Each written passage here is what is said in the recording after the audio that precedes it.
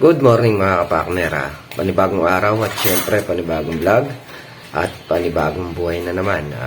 Ngayong araw nga po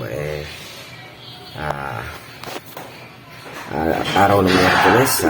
Dito po rin tayo sa bahay. Gaya ng dati.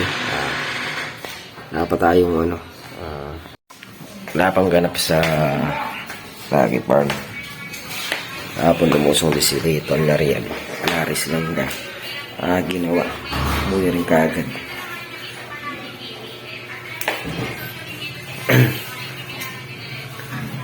So, ayan, kape muna tayo mga kapakner. Good morning po sa atin lahat. Kape po tayo. Outfit check. Mga kapakner. First time natin sinuot yung natin na pantuloy. Ito galing kila tita no. Isa kami ng Mrs. Kapakner. Sa ngayon mga kapakner, pagpasensyahan nyo muna yung ating simpleng video. Gawa ng wala pang kaganapan sa bukid. Nangihinayang naman kasi kung hindi tayo mag-upload kahit na ano lang. Alam ko sa lang. Kailangan natin mag-upload. Yan yung ating bunso, nag-outfit check. Namili na naman yung kanilang mga magulang. Kasama si Boss Denden. Para may pambili siya ng gatas. Yan, oh. Dito na naman niya maghapon. Baka maangod-ngodoy. Yan mga kapakner. Dito lang muna kami. Bintayan. Kaway ka na. Hello. Okay. Kaway ka na. Hello. Nagagay mo natin ng kaling maliit. Mga kapakners, si Mrs. Kapakners naman, dire-diretso lang sa pagtitindaw din ng siomay. Kahit pa paano, nakakaubos siya ng 2 kilo. 2 balot sa maghapon. Kahit pa paano, malaking bagay. Malaking tulong sa atin. Kahit na nakikita ng 150 a day. 150 a day, kaya naman. Kung bili natin ng ulam, kuwang-kuwa.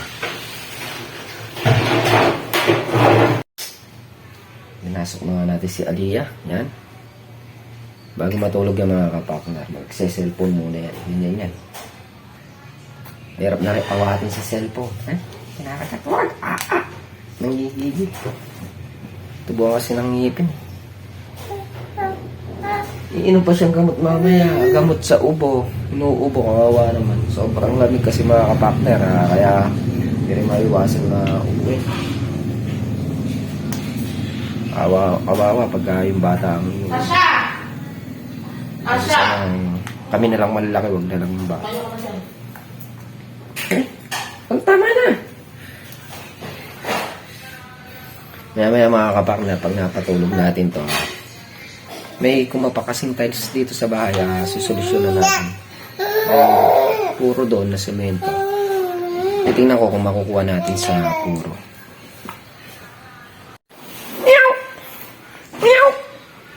Mga kapakner, kailangan takutin pa sa pusa para matulog. Ang hirap patulugin, no? Meow! Yeah. Pusa. Meow! Ako, yan ay pusa. May pusa. Ako, yan ay pusa. Bilisan. Ako, meow. Meow. Naku naman. Ang hirap patulugin ng bata na to. Kailangan dito, anin mo muna talaga. Papagorin mo muna talaga ng gusto para makatulog. Asim. Hindi pa tayo makapagsimula. Gawa nga po ng kung ating alagay dito na tutulog. Mrs. Kapakner, basis sa pagluluto ng siomay. Maya, pagka napatulog natin to, ayusin na natin yung tiles na kumakapak. Yung tiles na yung mga kapakner, matagal nang naapakan siya. Kaya kumapak. Nanghihinayang naman akong pasagin. Sayang. Pero may pampalit tayo ng ano, buo, 2 tiles. Kaya lang, hinahang naman akong basagin. Kaya ang gagawin ko, didiskarte na lang.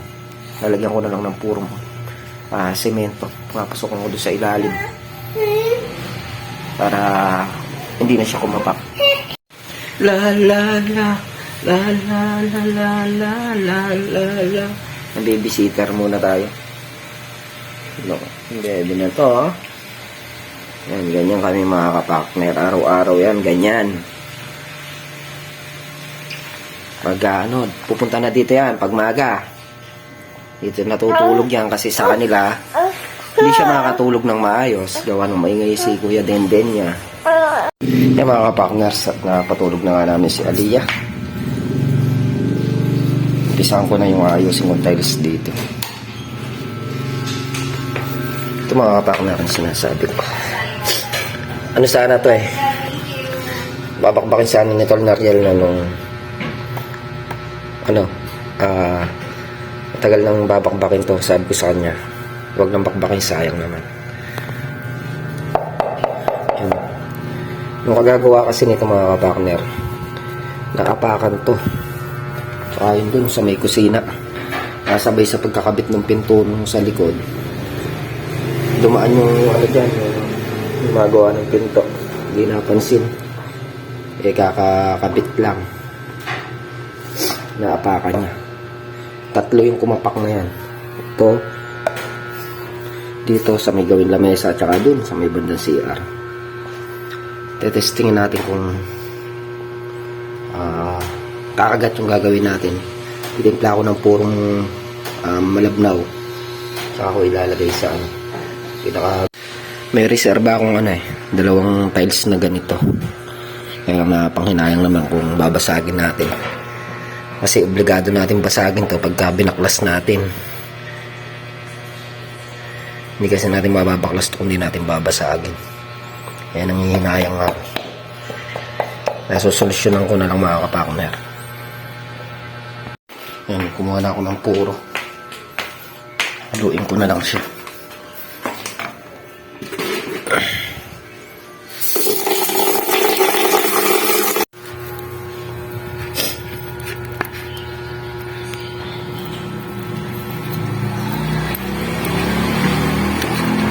Haluin lang natin para lumabnaw.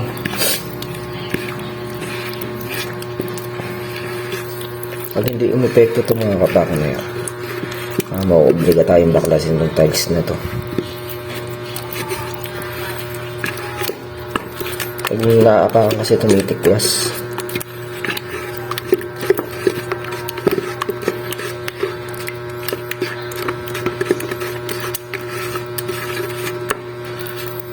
Wala tayong ginagawa, kung ano yung dapat i-repair dito sa bahay, i-repair na natin para pagka na-busy na ulit tayo, hindi na natin maasikaso dito.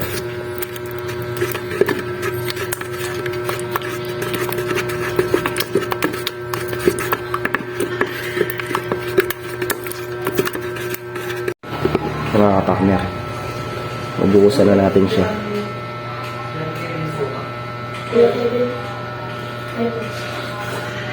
Wala sila. Wala sila pumasok.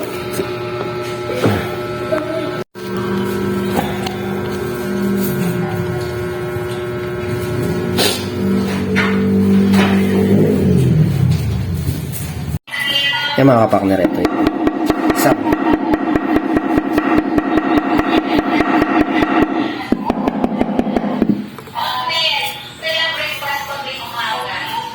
Pinakalabnaw natin para pumasok siya sa pinakailalim. Pag napapasok natin ito, mawawala yung kapak niya.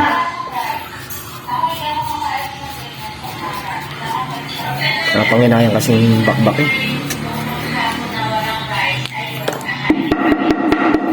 Tapos po, pwede lang natin yung ganyan para masiksik sa ilalim.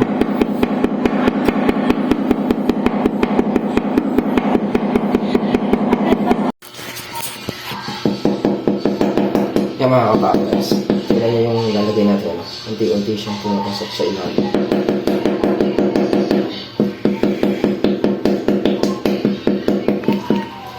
Tsagain yan ng liit.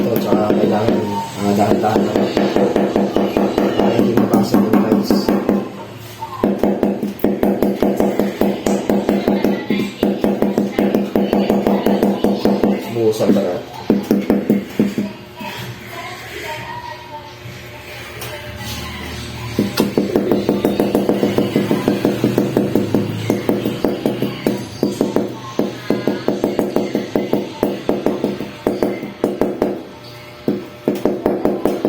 Effective ito mga kapatid.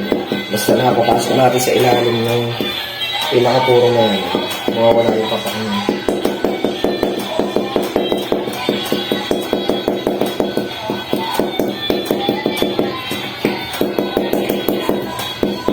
Kakat ko na.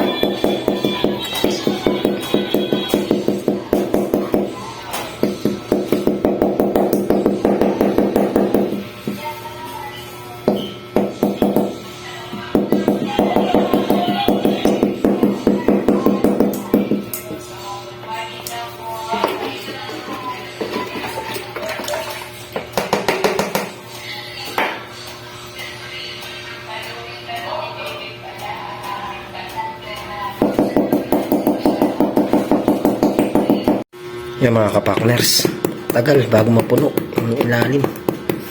Pero effective yan. Pag napuno natin yan, mawawala yung kapak niya. Yung doon hindi pa natin ganong gawa ng walang dadaanan yung pinaka puro natin. Ito kasi may awang. Doon kailangan malagyan pa ng daanan ng puro.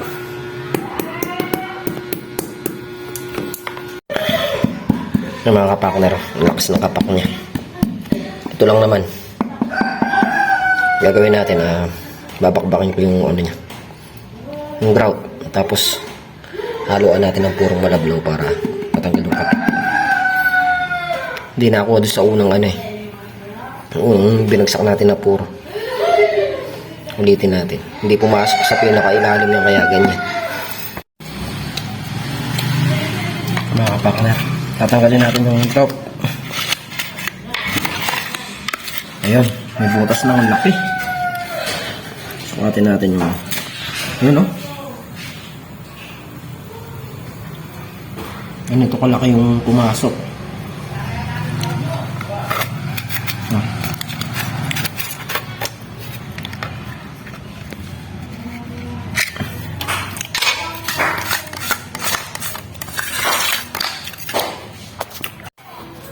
Yung mga kapakner, hanggang nyo yung tunog ko kumpara doon sa hindi kapak. Mamaya, pagkanapuno natin yan, mawawala yung kapak na yan.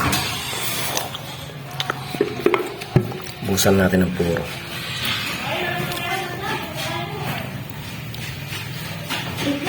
Malalim to. Medyo matagal yun to mga kapakners. Pero tsatsagain natin yan.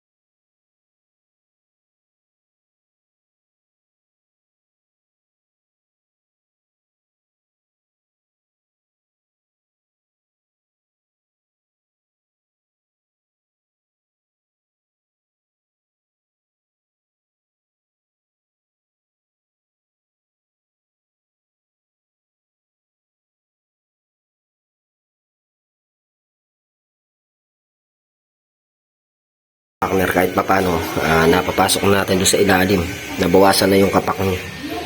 Tsaka yun pinatutuyo lang natin konti, tapos bubuhusan ulit natin ng puro para umokay na tong tiles natin. Yung mga kapakner, tinay tunog niya iba na. Pumasok na kasi yung puro doon sa ilalim. Ubusin na lang natin itong halo. Okay na siya.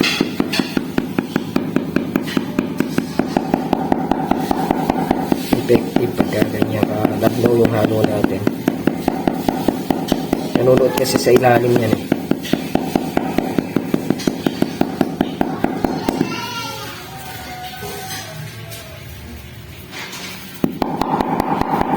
Kanina sobrang kapak niya. Ngayon nawala yung tulog niya.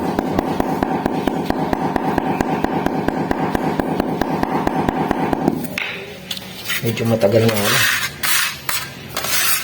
Sa 3 oras na yata ako nagaganito dito. Yung 2 times na. 2 times na ito. Tagal mapuno.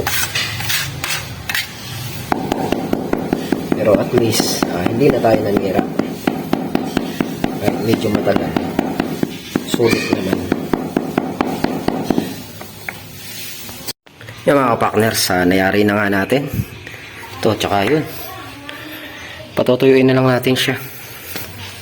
Ano, pag pinukpok natin, lalabas yung puro. Puno na siya. Hindi nakapak. Hindi mo na kailangan manira, para lang mag-repair ng mga kapak na tiles. Yan lang yung isang paraan na mga kapakners.